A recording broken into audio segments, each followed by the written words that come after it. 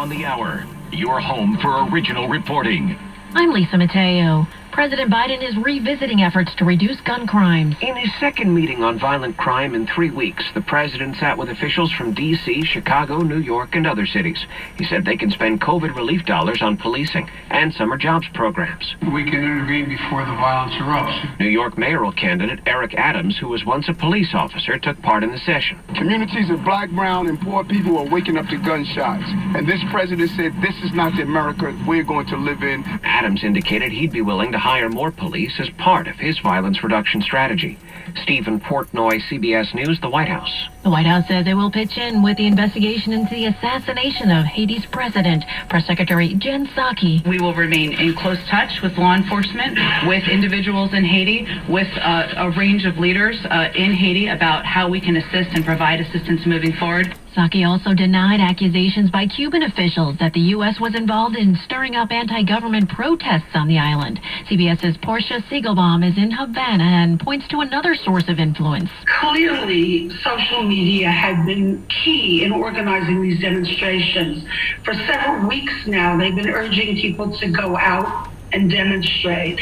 And a lot of the websites that are doing this are not based in Cuba. They're based in Miami or elsewhere in the U.S. Texas Democrats have left the state to stop the GOP from voting on restrictive voting laws. CBS's Adam Brewster has more on the measures. House and Senate Republicans in Texas advanced 2 separate election bills over the weekend following hours of testimony about the measures.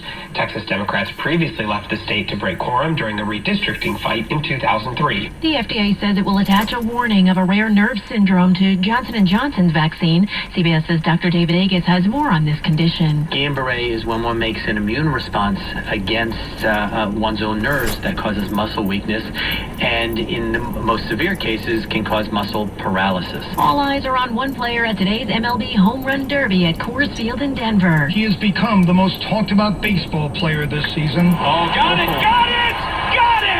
33! Tonight, the LA Angels' Shohei Ohtani will be in the spotlight as he takes part in the annual Home Run Derby. What has captured the attention of baseball fans around the world is that Ohtani can hit. He leads the majors in home runs. He is also a star pitcher. And tomorrow, when the All-Star Game takes place, Ohtani will be both the starting pitcher for the American League and its designated hitter. Steve Futterman, CBS News. The Dow up 126 points. This is CBS News. Well, that's today's news. I didn't hear any good news, did you? I didn't think so. I guess the class is half full. It's about perspective.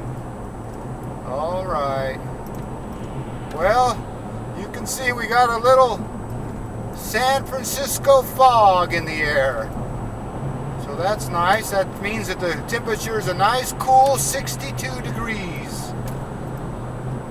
I don't know how hot it is where you're at, but boy, it sure does feel good to have a nice, cool summer day. All right. I'm tired of bragging about the fog. Guess that's not nice if you're hot. But anyway, thank you again for coming along with me on these dash cam news adventures. Over to the left is where Candlestick Ballpark used to be. Not anymore. All right. You know the drill. Peace, love, and all that hippie jazz. Bye-bye, everybody.